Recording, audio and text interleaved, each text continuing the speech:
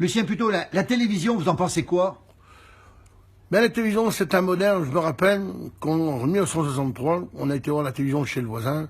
On avait vu la piste aux étoiles. C'était quelque chose, avec Roger Lanzac, quelque chose de fabuleux, de faramineux, sortait de derrière le cul des vaches, comme on pourrait dire. On a vu quelque chose de fantastique. Et après, on a quand même vu des belles choses à la télévision, des beaux films, avec des vrais acteurs. Mais aujourd'hui, ce monde d'acteurs, il n'est plus là. Ils sont tous partis, ils sont tous morts. Mais nous avons comme laissé des films fabuleux, mais on les voit rarement à la télévision, on nous passe des films américains. On nous fait vivre le système américain. Mais qu'est-ce qu'on a à foutre? On voit du sang qui coule toute la journée et tout.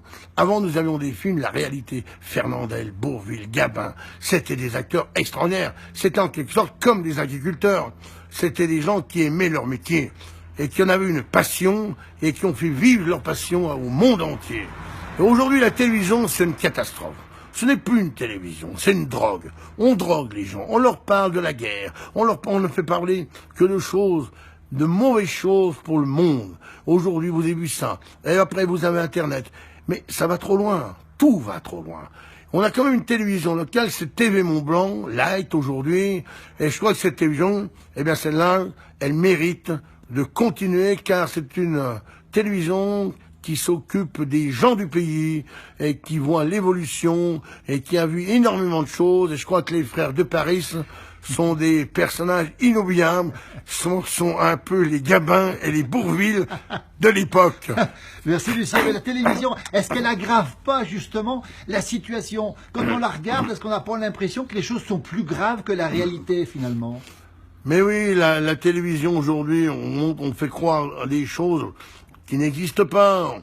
On leur fait croire on leur montre des choses qu'on ne devrait pas montrer. Aujourd'hui, c'est une bagarre en télévision. Avant, on n'avait qu'une chaîne de télévision. Maintenant, il y a des milliers. Les gens font que zapper depuis leur portefeuille, depuis leur fauteuil, n'ont plus le temps de manger, n'ont plus le temps de boire. Le lendemain matin, ils se réveillent la tête dans le cul, comme on dit si poliment.